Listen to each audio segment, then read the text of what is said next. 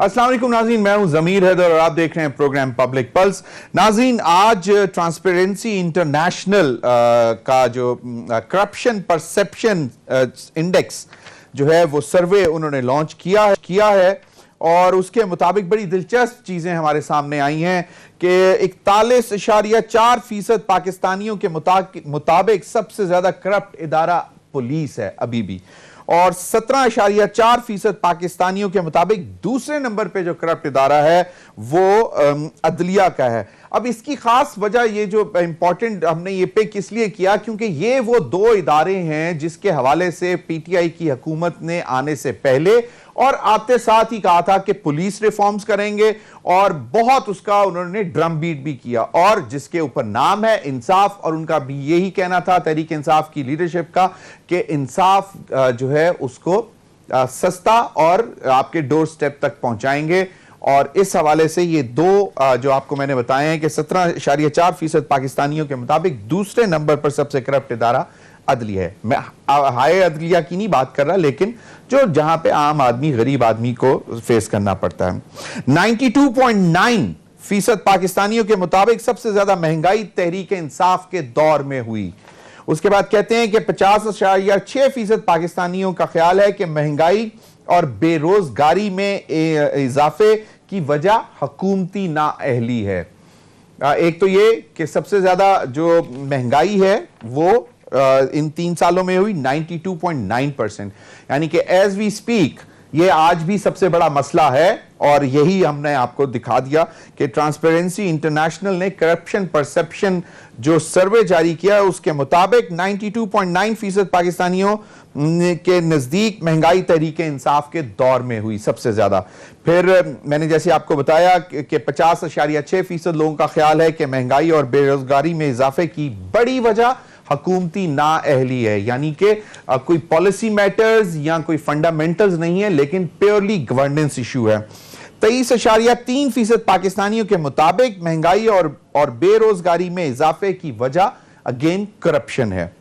फिर नाज़रीन, जो करप्शन की जो वजह है उस हवाले से उन्होंने कहा है कि कमजोर एहतसाब, यानी कि 51.9% पाकिस्तानियों के मुताबिक करप्शन की अहम वजह कमजोर एहतसाब है। 18.8% पाकिस्तानियों के मुताबिक करप्शन की अहम वजह कम उजरत है, यानी कि तनख्वाहें कम होना। फिर 85.9 यानी कि ऑलमोस्ट 86% अफराद का कहना था कि पिछले 3 सालों में इनकी आमदन में कमी वाक़या हुई है। 14.1% अफराद का कहना था कि पिछले 3 सालों में इनकी आमदन में इजाफा हुआ है, यानी कि एक वाज़े डिफरेंस है कि 86% कह रहे हैं कि कमी हुई है उनकी आमदन में, और 14.1% कह रहे हैं कि उनकी आमदन में इजाफा हुआ है पिछले 3 सालों में। 86.8% पाकिस्तानियों के मुताबिक एहतसाब का अमल जानिबदाराना है, यानी कि बायस्ड है, और 33.2% पाकिस्तानियों के मुताबिक एहतसाब का अमल गैर जानिबदाराना है, यानी कि अनबाइस्ड है। नाज़रीन, इस पर भी बात करेंगे कि 3.5 साल होने को है पीटीआई की हुकूमत, और 1 रुपया भी अगर तेल महंगा होता है या चीनी महंगी होती है तो उस मुल्क का हुक्मरान करप्ट होता है। ये सारी चीजें हमने सुनी हुई हैं, तो इसलिए मैं चाहता हूं कि आज भी कोई माने या ना माने, लेकिन मसला है। उम्मीद यही कर रहे हैं क्योंकि अगले रोज मैं शौकत तरीन को सुन रहा था, परसों उन्होंने एक पेशावर में बात की और उन्होंने कहा कि बहुत जल्द इस महंगाई के जिन को बोतल के अंदर बंद कर दिया जाएगा। इस पर भी बात करेंगे। इसी हवाले से शहबाज शरीफ साहब ने भी ट्वीट भी की है कि ट्रांसपेरेंसी इंटरनेशनल का ताजा सर्वे इस बात की एक और तौसीक है कि पीटीआई हुकूमत के पिछले 3 सालों में कितना बदउनवानी और करप्शन में इजाफा हुआ है, और किस तरह हुक्मरानों की लूटमार और गरीब दुश्मन तर्ज हुक्मरानी अवामी गम और गुस्से का जन्म दे रही है, जिसके असरात हमारी रियासत और माशरे के मुस्तकबिल पर हैं। नाज़रीन, इस पर भी बात करेंगे। और दूसरी जानिब आज एहसन इकबाल साहब ने बड़ी ज़बरदस्त बातें की हैं, और उन्होंने कहा है कि जी आइंदा आने वाली हुकूमत पाकिस्तान मुस्लिम लीग नून की होगी, ना सिर्फ सेंटर में बल्कि पंजाब और सिंध में भी, यानी कि अब पीएमएलएन सिंध भी टारगेट कर रही है। इसकी बड़ी वजह क्या है कि जो जरदारी साहब ने परसों प्रेस कॉन्फ्रेंस की NA 133 में बहुत अच्छा रिजल्ट देने, हालांकि रनर्स अप रहे, सेकंड हाईएस्ट स्पोर्ट्स और कोई था भी नहीं, तो उस वजह से उसमें उन्होंने बहुत खुशी और ज़बरदस्त प्रेस टॉक की, अपने वर्कर्स से बात की और उन्होंने शाबाश दी कि कहाँ 5,000 से हम 32,000 पर पीपल्स पार्टी चलेगी पंजाब PMLN के गढ़ में। तो शायद उसका रिएक्शन है कि SN इकबाल साहब कहते हैं कि अब सिंध में भी हम हुकूमत बनाएंगे। इन्हीं तमाम मामला पर बात करने के लिए मेरे साथ मौजूद हैं फहीम नकवी साहब, सीनियर रहनुमा Pakistan Tehreek Insaf, member provincial assembly Sindh. बहुत बहुत शुक्रिया फरदौस फहीम नकवी साहब। सैयद हसन मुर्जा, पार्लिमानी secretary Pakistan Peoples Party Punjab में MPA, बहुत बहुत शुक्रिया आपके भी वक्त का। नाज़रीन, मैं जरा अगर शुरू करना चाहूं, हसन मुर्जा साहब, ट्रांसपेरेंसी इंटरनेशनल की रिपोर्ट को आप मानते हैं कि नहीं मानते? देखें जी जमीर साहब, जो ट्रांसपेरेंसी इंटरनेशनल है उसको मानने या ना मानने से फर्क नहीं पड़ता। देखने की तो ये चीज है कि यहाँ पे आप ग्रास रूट लेवल पे जाएं तो देखेंगे कि करप्शन में इजाफा हुआ है। आम आदमी, जो हम तो लेमैन हैं, ग्रास रूट लेवल के पॉलिटिकल वर्कर्स हैं, रोजाना आम आदमियों से मिलते हैं, थाना कचहरी से वास्ता पड़ता है, बिजली में, बाकी दीगर महकमों में, वास्ता में, तो कोई जगह भी ऐसी नहीं है जहां पे करप्शन नहीं हो रही। और अगर आप देखें जो आप अभी फिगर्स बता रहे थे, तो उसमें 86% लोग जो हैं वो गरीब हुए हैं, उनकी कुव्वत खरीद कम हुई है, लोगों की बढ़ी है। यानी कि अमीर जो है अमीर तर होते जा रहे हैं, गरीब है वो गरीब तर होते जा रहे हैं। तो ये गैर मसावी जो निज़ाम है, ये मेरे ख्याल में सबसे बड़ी वजह करप्शन की भी है, लॉ एंड ऑर्डर की भी है, और दीगर जो खराबियां हैं उनकी भी है। हम अपना एहतसाब जो है, हमारा खुद एहतसाबी का जो अमल है वो बिल्कुल खत्म होता जा रहा है। हम लोग नहीं देखते कि हम गलत कर रहे हैं, हम सही कर रहे हैं। हम हर वक्त होता है कि हमने किस तरह अपने मुखालफीन को काबू करना है, किस इंतजामी सियासत करनी है। मैं अक्रॉस दी बोर्ड कह रहा हूँ, मेरा किसी पॉलिटिकल नहीं है। अगर कहीं बेहतरी की बात बुरी हो तो वहां कोशिश करनी चाहिए कि उन चीजों को बेहतर किया जाए। सही। बेशक आपके प्रोग्राम की रेटिंग थोड़ी सी नीचे चली जाएगी अगर हम लड़े ना और बेहतरी करें, लेकिन मुल्क शायद बेहतर हो जाएगी। हम बिल्कुल जी अदम बर्दाश्त का शिकार होते जा रहे हैं। हम बिल्कुल, हमारे अंदर टॉलरेंस खत्म होती जा रही है। आपने ये पिछले 2-4 दिनों में सियालकोट वाला देखे होंगे। आज बल्कि कोर कमांडर्स कॉन्फ्रेंस भी हुई, मैं उसमें मेंशन करना भूल गया, ओपनिंग में कोर कमांडर्स कॉन्फ्रेंस हुई और उसमें ने सियालकोट के वाकये का बहुत सख्त नोटिस लिया और तमाम कोर कमांडर्स का ये ख्याल था कि इसमें किसी भी किस्म का जो है वो लीनियंसी नहीं दिखानी चाहिए, क्योंकि जिस तरफ ये माशरा चल पड़ा है, अगर इसको अभी ना रोका गया तो ये नुकसानदेह साबित हो सकता है। जी मुर्जा साहब, आप बात। जमीर साहब, मैं बड़ा मशकूर हूँ कोर कमांडर साहब का कि उन्होंने नोटिस ले लिया, लेकिन नोटिस वो आर्मी APS का, आर्मी पब्लिक स्कूल का भी उन्होंने नोटिस लिया था। लेकिन क्या बना उन नोटिस का? ये नोटिस तो सिविलियंस को लेना चाहिए। ये हमारे लिए लम्हा फिक्रिया है। फैसलाबाद के भरे बाजार के अंदर खवातीन को तशद्दुद का निशाना बनाया जाता है, चाहे उन्होंने चोरी की होगी, चाहे उन्होंने, उनकी क्या गलती होगी, मैं उस बैकग्राउंड में नहीं जाता। मैं उनका रिएक्शन बता रहा हूँ जो दुकानदार ने उनके साथ किया। आम लोग खड़े हैं, वीडियोस बना रहे हैं, सेल्फियां बना रहे हैं। यही कुछ सियालकोट में हुआ, बंदा जल रहा है, लोग उसकी वीडियो बनाए जा रहे हैं। एक खातून को सरगोदा में जला दिया जाता है, लोग सेल्फियां बना रहे हैं।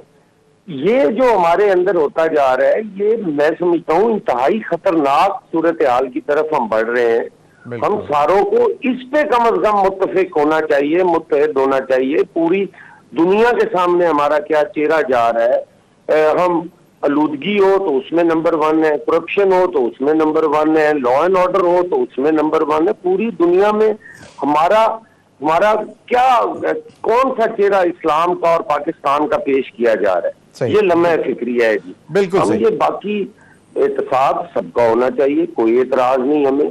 अगर पीपल्स पार्टी करप्ट है उसका भी एहतसाब हो, अगर नून लीग करप्ट है उसका भी एहतसाब हो, पीटीआई करप्ट है उसका भी एहतसाब हो। सही, बिल्कुल लेकिन सही। इस एहतसाब की आड़ में हम अपनी सोसाइटी को किस तरफ लेके जा रहे हैं, हमारी तवज्जो ही कोई नहीं है। ना हमारी तालीम पे कोई तवज्जो है, ना हमारी हेल्थ पे कोई तवज्जो है, ना हमारा इंफ्रास्ट्रक्चर सारा तबाह हुआ पड़ा है। आप सड़कों का हाल देख लें, चले 10 बंदे बिल्कुल, मर गए रेंज मैं चाहूंगा खान में, मैं आज 2 चाहूंगा महीने हुए, बिल्कुल हसन कितना मिर्जा साहब, वहां पे एक्शन हो गया। नहीं बिल्कुल तो हम साहब, हर तरफ से तनजली का शिकार हैं हम। अल्लाह ताला ही रहम चलें, करे। अल्लाह अल्लाह अल्लाह बेहतर करे। मैं आपकी तरफ दोबारा भी आता हूं। मैं जरा फरदौस शमीम नकवी साहब से जानना चाहूंगा। फरदौस शमीम नकवी साहब, हमें कुछ याद पड़ता है जब ट्रांसपेरेंसी इंटरनेशनल की रिपोर्ट आती थी या सर्वे आता था तो इमरान खान साहब हमें बाकायदा बताते थे कि देखें, ये मैं नहीं कह रहा, ये ट्रांसपेरेंसी इंटरनेशनल कह रही है। तो आज भी ट्रांसपेरेंसी इंटरनेशनल चीख के कह रहा है कि 92.9 यानी कि almost 93% of population of Pakistan का ख्याल है कि सबसे ज्यादा महंगाई तहरीक इंसाफ के दौर में हुई। क्या कहते हैं? रिपोर्ट जो होती है ये परसेप्शन बेस्ड है, और अगर अब आपका परसेप्शन है और वो उसको रिफ्लेक्ट करते हैं तो उस रिपोर्ट को रिस्पेक्टफुली देखना चाहिए। सही। और अगर उसके अंदर हकाइक नहीं है तो आप उसको फैक्ट्स एंड फिगर से डिनाई कर सकते हैं। फॉर एग्जाम्पल, इसका टोटल सैंपल साइज बहुत छोटा है फॉर होल कंट्री। इसके अंदर प्रोविंस वाइज डिवीजन नहीं हुई भी, जिससे जरा रेलेवेंस और बढ़ जाती कि गवर्नर्स के हवाले से पता चल जाता कि किस सूबे में कितनी खराबी ज्यादा है। इसके जब वो एक्यूमुलेट होती है तो हो सकता है कि कोई चीज पंजाब में बहुत ज्यादा खराब हो, जिसकी वजह से पूरे उसकी रैंकिंग जो है वो ऊपर चली गई, जबकि एक्चुअली सूरत हाल वो नहीं है। मैं कह सकता हूं कि जैसे इसके अंदर जुडिशरी जो है, जो सेकंड मोस्ट करप्ट डिक्लेयर हुई है, वो एक इंडिपेंडेंट इदारा है, उसका किसी हुकूमत से ताल्लुक नहीं होता, उसका ताल्लुक वो एक सेपरेट ब्रांच है। ये मैं समझता हूँ इस पूरे मुल्क के लिए सबसे बड़ी लवाए फिक्रिया है कि जहां इंसाफ के अंदर करप्शन आ जाए, वो उसके अंदर उस मुल्क की तरक्की नहीं हो सकती। हम तो ये हमेशा कहते हैं, आज भी कहते हैं। पुलिस, उसका भी बहुत करीबी ताल्लुक है इस इंसाफ के सिलसिले से। ये एक प्रोविजनल सब्जेक्ट है, इसके अंदर फेडरल इंटरफेरेंस बहुत ज्यादा नहीं है। तो ऑब्वियसली हमारी 2 सूबों में तो हुकूमत है, लेकिन 2 सूबों में नहीं भी है। तो हो सकता है कि 2 सूबों में शायद परफॉर्मेंस बेहतर होगी और 2 में बिगड़ गई हो। वो मैं इसमें से डिफरेंशिएट नहीं करना चाह रहा, लेकिन मैं ये सारी बातें उठा के ये बात नहीं करना चाहता कि इसको मैं रद्द करूं इस रिपोर्ट को। जितनी अहमियत हम पहले ट्रांसपेरेंसी की रिपोर्ट को देते, हम आज भी उतनी ही अहमियत देने को तैयार है। फरदौस शमीम नकवी साहब, तकरीबन 16 मेजर, आपकी आवाज नहीं आ रही है मुझे। मैं कह रहा हूं कि तकरीबन 16 मेजर सिटीज से ये सैंपल कलेक्ट किया गया है पाकिस्तान के, तो फेयरली गुड सैंपल। आप मुझे आवाज नहीं आ रही भाई आपकी। मैं ये कह रहा हूं, फरदौस शमीम नकवी साहब को मेरी आवाज अब आ रही है सर? अब आ रही है जी। फरदौस शमीम नकवी साहब, मैं कह रहा था कि ये 16 बड़े शहरों से ये सैंपल कलेक्ट किया गया है। मैं क्या ये इसलिए रहा हूं क्योंकि जब पहले भी जो सर्वे आते रहे हैं वो भी तकरीबन इसी तरह के सैंपल बेस सर्वे होते थे। जी, मैंने जो बात आपसे कही, मैंने कहा कि ये जो भी सैंपल साइज लिया है, जिस रिपोर्ट को आप रद्द ना करें। ठीक, सही। चलो, अगर ये साइज भी हो जाती तो जरा और अच्छी रिपोर्ट हो जाती। मैंने तो वो तो ये कह दी रहा, मैं तो प्योरली इस बात पे कह रहा हूँ, एनी रिपोर्ट सही और एनी सैंपल्स, आप उसको फैक्ट्स एंड फिगर से तो मैं डिनाई कर सकता हूँ, सही, लेकिन परसेप्शन है, ये तो परसेप्शन इंडेक्स है ना। Perception doesn't reality. लेकिन अगर परसेप्शन इज वेरी इंपॉर्टेंट, इसको ये कहना अब आपका perception, public perception, that means के जो भी नैरेटिव पाकिस्तान के साथ दे रही है वो नैरेटिव उतना कामयाब नहीं चल रहा, और जो ऑपोजिशन का नैरेटिव है that is taking it stolen, और इसको हमें अपने आप को करेक्ट करना पड़ेगा। इससे क्या हकीकत खराब है। इससे देखिए बहुत सारी चीज, ये सारी चीजें जो ये है, ये इदारों की तनज़्ज़ुली की तरफ इशारा। पाकिस्तान तहरीक इंसाफ जो है उसको 5 साल हुकूमत में आए हैं, ये ट्रेंड रिवर्स होना चाहिए था, वो रिवर्सल नहीं नजर आ रहा, उसके जिम्मेदार हम। लेकिन जितनी तनज़्ज़ुली अब तक हो चुकी है और जो बर्बादी जिसका वह, फिरदौस शमीम साहब की आवाज चलें, इस पर मजीद भी बात करते हैं। मुझे कहा जा रहा है वक्त हुआ एक ब्रेक का। नाज़रीन हमारे साथ रहिए।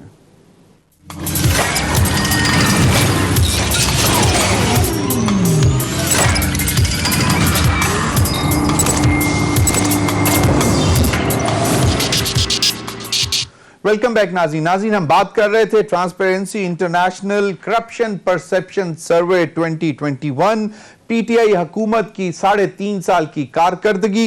हसन मुर्जा साहब, आपने यकीनन बहुत सारी बातें की कि ओवरऑल सोसाइटी के भी बहुत सारे इश्यूज हैं।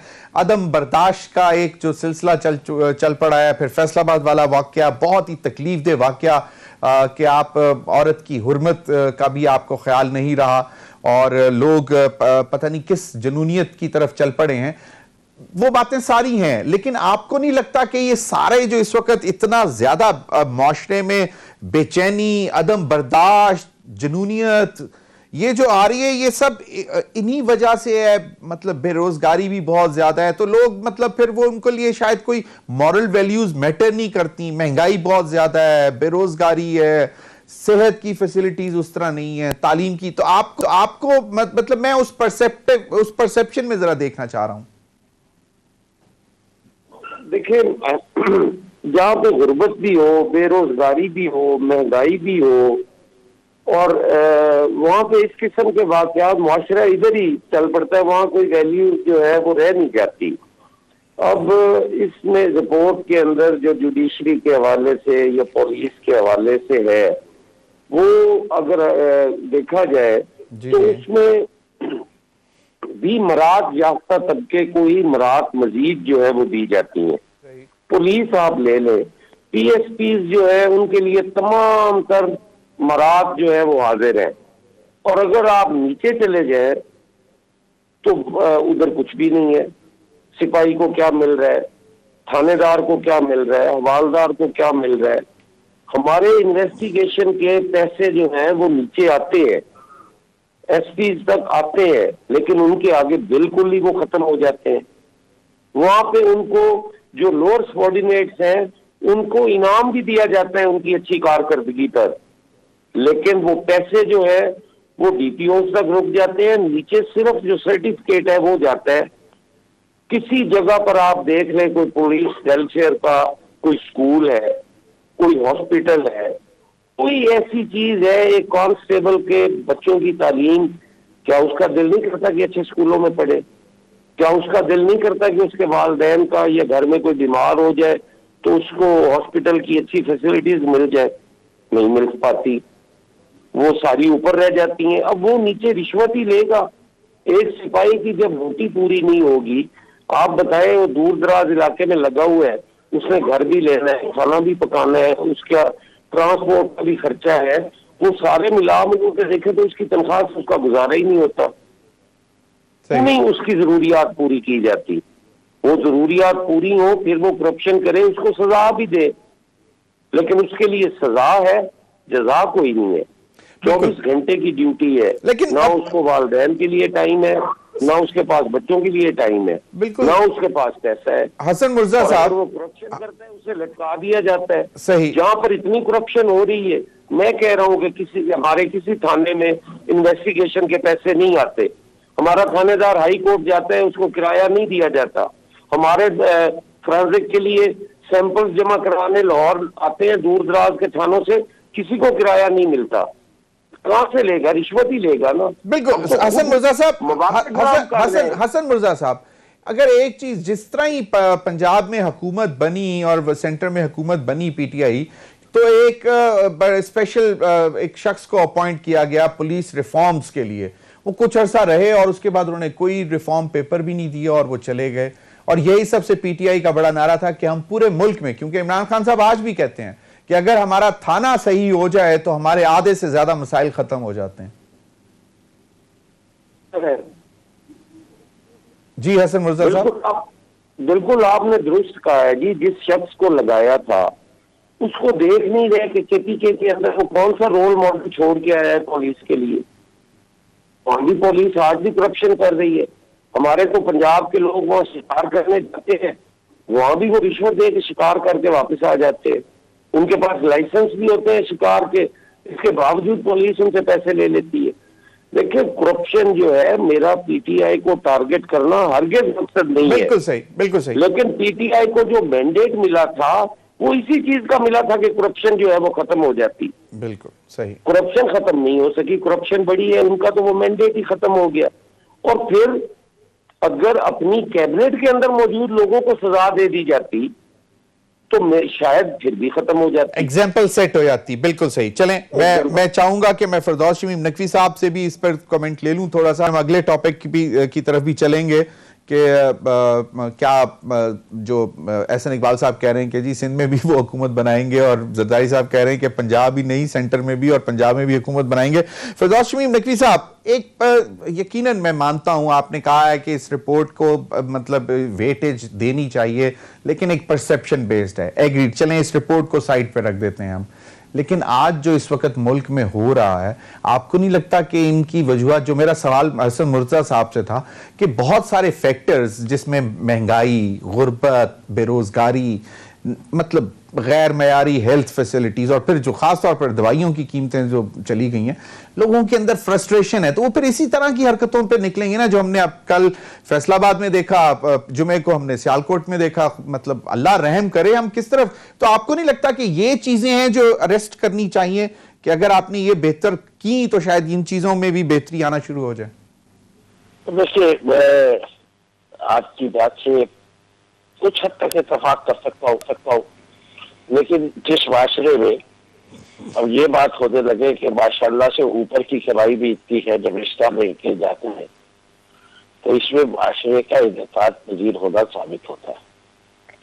हमारे माशरे में राइट एंड रॉन्ग का फर्क नहीं रहा। हमने सिर्फ एक चीज की इज्जत कर रहे हैं, वो दौलत की, इमारत की। आपके कौन सा सूट पैदा है, कौन सी घड़ी है, कौन सी गाड़ी है, उससे आपकी इज्जत बनती है। आप में काबिलियत कितनी है, आपका किरदार कैसा है, आपने जिंदगी में जस्तजू क्या की है, आपके पास हुनर क्या है, अब इसकी इज्जत नहीं है। उस्तादों को लोग खरीदते हैं, तो कहते हैं इससे तो हम ट्यूशन में पैसे देते हैं। जब बच्चों का ये ख्याल हो जाए उस्तादों के बारे में, तो क्या होगा उस माशरे का। इससे उस्तादों को ट्यूशन नहीं देनी चाहिए, ट्यूशन होनी नहीं चाहिए, स्कूलों में पढ़ाई अच्छी होनी चाहिए। हमने तो अपने जमाने में ट्यूशन नहीं देते थे, ये ट्यूशन का रिवाज भी अब शुरू हुआ। जब हर चीज पैसे में तोड़ने जाने लगेगी तो करप्शन बढ़ेगी। ये इस माशरे की सबसे बड़ी सितम ज़रीफ़ी। हाँ, भूख और फ्लास क्या इंसान को जराइम की तरफ लेके जाती है, इसमें कोई, मैं आपकी बात से बिल्कुल सहमत हूँ। इसीलिए तो कहा गया कि अगर कोई आदमी भूख की वजह से चोरी करेगा तो उसके ऊपर हदूद भी नहीं नाफिज हो सकते, जिससे कि वो फिर चोरी जायज हो जाती है जिंदगी की को प्रिजर्व करने के लिए, और हुकूमत वक्त जिम्मेदार हो जाती है अगर वो शख्स भूखा सोए। तो यहाँ तक तो बात आप जो कह रहे हैं कि उसकी वजह से जितने जराइम है वो हुकूमत के खाते में डाले चाहिए, इसीलिए हमने आसत मदीना के कॉन्सेप्ट में एहसास के इस प्रोग्राम शुरू किया आज कि गरीब लोग जो है उनको 30% कम कीमत में मिले। इसलिए किया है कि इस बात का एहसास कि लोगों लोग तकलीफ में है, इससे तो कोई डिनाई नहीं। तकलीफ में आने की वजूहात क्या है, उसमें सबसे बड़ी वजह तो आपकी जो है वो डिवैल्यूएशन ऑफ रुपी है।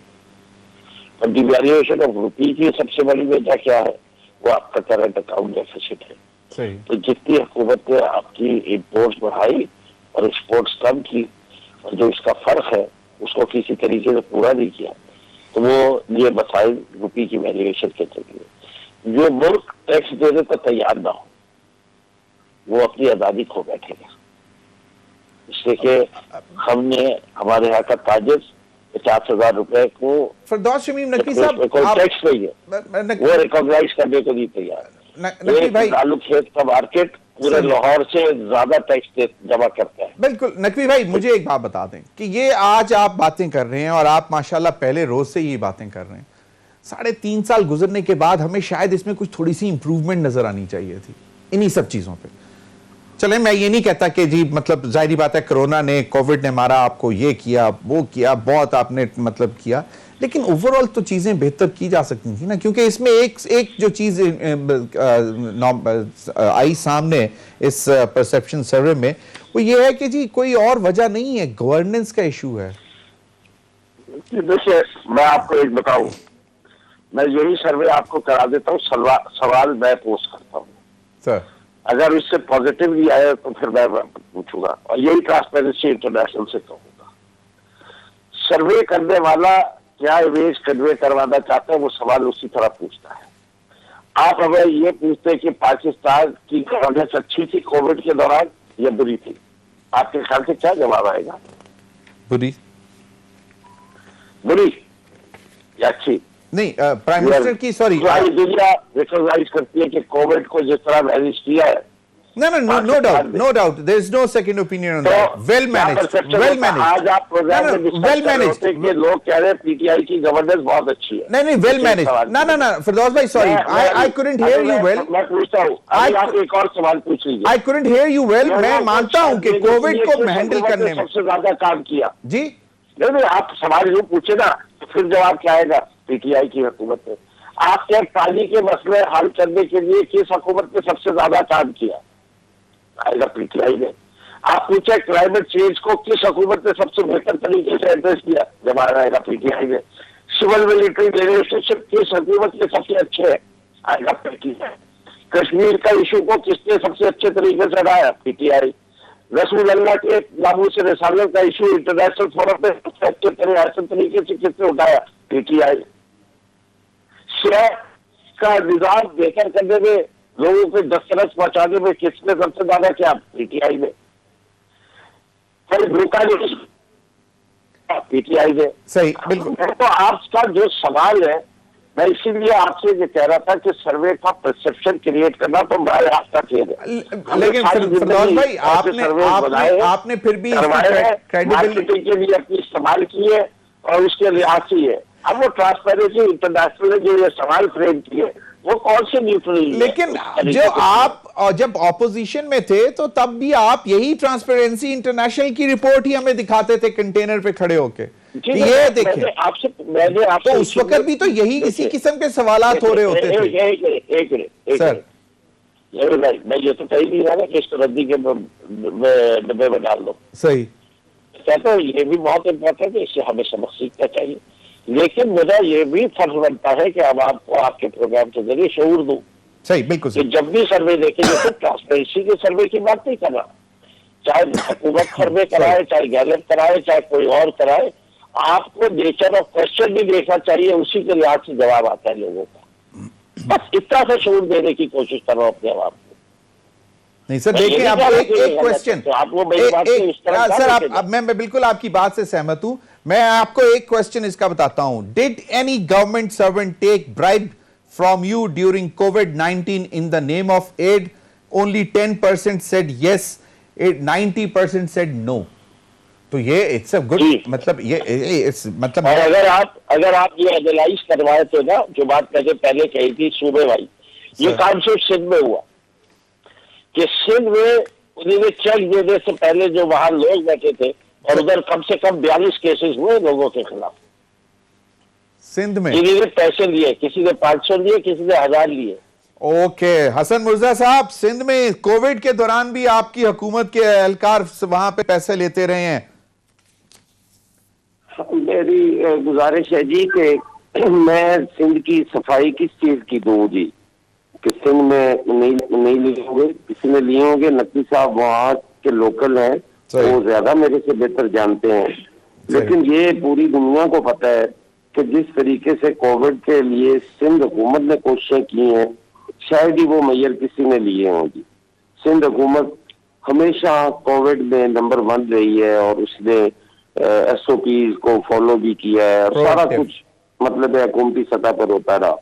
जो सर्वे की बात आप कर रहे थे, अगर उससे देखा जाए, और जैसे नकवी साहब ने कहा कि सवाल अगर मैं लिख कर दूं और फिर उस पर बिल्कुल ही अलहदा होगा, इसमें कोई दो राय नहीं, इसी तरह है। लेकिन कुछ सवालात भी उन्होंने जब सवालात किए और फिर उन्होंने खुद ही पीटीआई कह दिया। तो मैं नहीं समझता कि हकायक कुछ इस तरह है। अब कश्मीर का जो इशू है उस पे भी अगर पीटीआई क्रेडिट लेना चाहती है कि उसको हमने कितनी खुश असलूबी से सरंजाम दिया है और किस ऐसा तरीके से वो हल हुआ है, वो सारों को पता है कि कश्मीर हमने दे दिया है। अगर कोविड के हवाले से पूछा जाए कश्मीर तो वहाँ क्या नाम था, वो एक कियानी साहब थे गालबन, उनका मेरे ज़हन से कोई नाम निकल गया है, उनका नाम आएगा, किसको नहीं पता। नहीं, वो कोविड से पहले का मामला था, वो कोविड से पहले का मामला था। डॉक्टर वो आमिर कियानी की बात कर रहे हैं आप?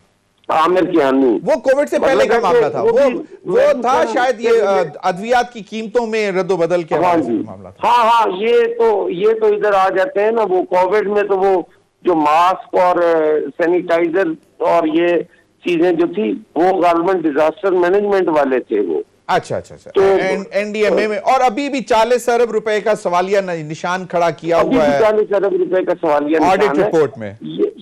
ये चीजें जो हैं, अगर आप गवर्नेंस के हवाले से देखते हैं तो शायद काफी सारे सवाल उठे जी। सही। और हम तो पहले दिन से कहते हैं कि हमें इन सर्वों की जरूरत नहीं है, ये सर्वे जो है ये नहीं है। हमें तो ग्रास रूट लेवल पे जाके देखना चाहिए कि आम आदमी के साथ क्या बीत रही है। सही। आम आदमी को क्या हो रहा है। हम अपनी गवर्नेंस को देखें, हमारी गवर्नेंस में क्या हुआ जा रहा है। जो बयानात आते हैं, आप स्टेट बैंक के बयानात देखें इकोनॉमी के मुतालिक, तो वो कहेंगे जी फायदा फलां को हो गया है, जो बैरून मुल्क रहते हैं लिहाजा डॉलर का रेट बढ़ गया है, तो कोई खास फर्क नहीं पड़ा। हमारा रुपया डिवैल्यू होता जा रहा है, हमें कोई तशवीश नहीं है। हम इसी चक्कर में हैं जी कि सब ठीक हो जाएगा जी आने वाले दिनों में। अब वजीर जो है वो पहले फरमा रहे थे कि मार्च तक हम पेट्रोल जो है वो बतदरीज बढ़ाएंगे और वो तकरीबन 200 तक चला जाएगा, और बिजली भी बढ़ाई जाएगी, रुपए की कीमत भी हम कंट्रोल ना करने के पाबंद हैं। तो आज उनका आप बता रहे थे कि वो फरमा रहे हैं कि हम 1 महीने में या 1.5 महीने में जो महंगाई का जिन है वो बोतल में बंद कर देंगे। मैं समझता हूँ कि जिन बोतल में नहीं जाना, शायद वजीर खजाना बोतल में बंद हो जाए, जिन ये बोतल में बंद नहीं हो सकता। हसन मिर्जा साहब चौथे वजीर खजाना है जी, चौथे वजीर खजाना है सर। मैं कब कह रहा हूँ जी, अल्लाह करे वो सारी उम्र रहें या तादाद मजीद बढ़ जाए। मैं तो उनके विजन को डिस्कस कर रहा हूँ कि वो जो कह रहे हैं कि मैं महीने 1.5 में तो सर वो सेनेट बोतल में दे दूंगा। 20 दिसंबर को सेनेटर बन जाएंगे ना। पहले कहा है सर 20 दिसंबर को वो सेनेटर बन जाएंगे, तो वो फिर महंगाई के जिन को काबू करके बोतल में बंद कर देंगे। अभी तो वो सेनेटर नहीं है, सिर्फ वजीर साहब को बोतल में बंद करना पड़ेगा, जिन नहीं होना बंद। सर वो तो अब सेनेटर बनने जा रहे हैं 20 तारीख को। वो तो अगर अक्सरियत है पीटीआई की तो उन्होंने बनना है जी। वो तो बने खड़े ना, बस ये बिल्कुल है वटते पे अब उन्होंने सेनेटर बनना, वो तो उन्हें बनना चाहिए जी। और मैं तो कहता हूँ कि एहतसाब होना ही उनका चाहिए। चले वो पहले हमारे दौर में पीपल्स पार्टी में भी वो वजीर रहे हैं, वो दूसरे साहब जो अब फारिग हुए हैं वो भी हैं। बिल्कुल। अगर करप्शन हुई है तो ये उसके हसन मिर्जा साहब बिल्कुल सवालात हैं बिल्कुल, लेकिन मुझे अभी ब्रेक का कहा जा रहा है। ब्रेक के बाद नाज़रीन वापस आएंगे तो फिर जानने की कोशिश करेंगे कि आइंदा कौन कहां हुकूमत बना रहा है, क्योंकि पीएमएलएन और पीपल्स पार्टी दोनों के बड़े क्लेम्स हैं। ब्रेक के बाद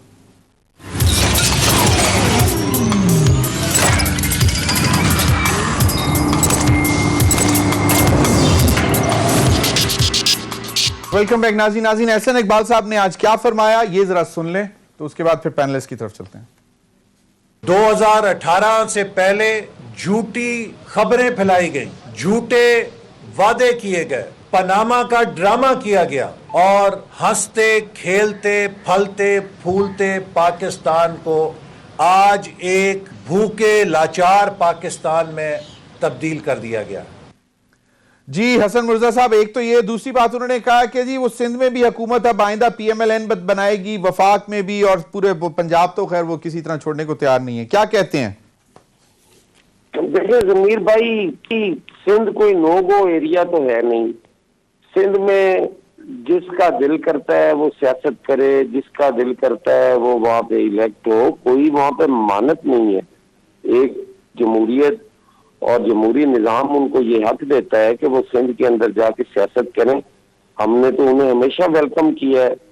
उन्हें छोटी छोटी बातों पे बड़ा गुस्सा आ जाता है और मुझे समझ से बालातर है कि इलेक्शन जीत भी गए हैं और रो भी रहे हैं, गुस्सा भी उन्हीं को आ रहा है।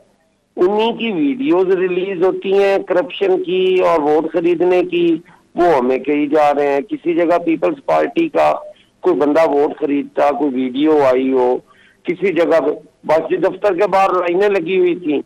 भाई सियासी दफ्तर है, वहां पे हम पोलिंग एजेंट्स की ट्रेनिंग कर रहे हैं, वहां पे हमारा लंगर रोज चलता है। तो इसका मतलब ये है कि आप उन लाइनों को देख के ये बुनियाद बना के कह दें कि जी ये वोट खरीद रहे हैं। और मुझे समझ नहीं आती कि अगर हम 5,000 से 33,000 या 32,313 पे चले जाते हैं तो हमें कहा जाता है जी इन्होंने वोट खरीद लिए हैं, और खुद अगर 90 से 45-46 पर आ जाते हैं तो कहते हैं जी टर्नआउट कम है। भाई आपकी दफा टर्नआउट हो गया, वो नहीं कहा जा सकता कि लोगों ने आपके लिए, लोग लाहौर आपका होम टाउन है, वहां पे आपको वोट कास्ट करने नहीं निकले। सही, बिल्कुल। आप तो अपने लोगों को, जिन पे आप क्लेम कर रहे हैं कि हम पंजाब के बेताज बादशाह हैं सियासत के, आप तो वहां से लोगों को नहीं निकाल सके। चलें, तो अब मुझे बताएं कि आप पंजाब में, मिर्जा साहब मुझे क्विकली बस एक बात बता दें क्विकली, क्योंकि मैंने फिर जाना है फिरदौस शमीम नकवी साहब की तरफ और मेरे पास वक्त भी कम है। क्या पंजाब में दोबारा फुटप्रिंट नजर आना शुरू हो गए हैं पीपल्स पार्टी के? इंशाअल्लाह ताला जी पीपल्स पार्टी आइंदा हुकूमत भी बनाएगी और बड़े भरपूर अंदाज में कम बैक होगा हमारा। चलें, आपने देखा है लाहौर के रिजल्ट, चलें इंशाअल्लाह ताला पूरे पंजाब में इसी तरह होगा। सही। फिरदौस शमीम नकवी साहब, आपने एहसन इकबाल साहब का सुन लिया, उन्होंने कहा कि पलता फलता फूलता खेलते फलते पाकिस्तान को आज भूखा लाचार पाकिस्तान में तब्दील कर दिया। खुद को सच बोलने में अल्लाह भैया कौन सी जगह पहुंचाएगा ये तो मुझे पता नहीं। अच्छा, पीटीआई ने करवाया था या एस्टेब्लिशमेंट ने कराया था? पनामा में नाम हमने आए थे या आपकी हरकत की वजह से आया था? भाई जगह खड़े होकर कहते मेरे पास सारे हिसाब किताब है, फिर जब वो कोर्ट आता है तो खतरी खत। झूठ बोलना इनकी आदत है। और ख्वाब देखते हैं, वो भी बिल्ली को ख्वाब में चीचड़ी नजर आएंगे, ख्वाब देखते रहे। ख्वाब में खरगोश में कभी कोई मसला नहीं होता। बात यह है कि पाकिस्तान के अवाम को ये पता है इस मुल्क को लूटा गया है। लूटने वालों में किन किन के नाम है वो सर फहरिस्त है। आज भी अगर परसेप्शन ही पे एक प्रोग्राम शुरू हुआ था तो आज भी हर परसेप्शन में the most popular leader in Pakistan in every survey is Imran Khan, bad by far. जब कश्मीर के ऊपर गैलप पे सर्वे किया था तो इमरान खान 47 पे थे और मरियम जो थी वो 14 पे थी और बिलावल 7 पे थे। सही, सही, ये हकीकत है। सही। तो देख लीजिए, अभी तो हम मैदान में उतरे नहीं है। चलें, अभी हम अपना नैरेटिव लेके उतरेंगे। अभी तो इस वक्त आप हर प्रोग्राम में दो बिठा देते हैं ऑपोजिशन के, एक पीपल्स पार्टी वाले को, पीटीआई वाले को बीच में दबोच लेते। चलें, फिर उस वक्त भी पूछ लेंगे। माजरत से मेरे प्रोग्राम खत्म हो गया। फिरदौस शमीम नकवी साहब, सैयद हसन मुर्जा साहब, आप दोनों का बहुत बहुत शुक्रिया। नाज़रीन, अब तक के लिए इतने इजाजत दीजिए। अल्लाह हाफिज।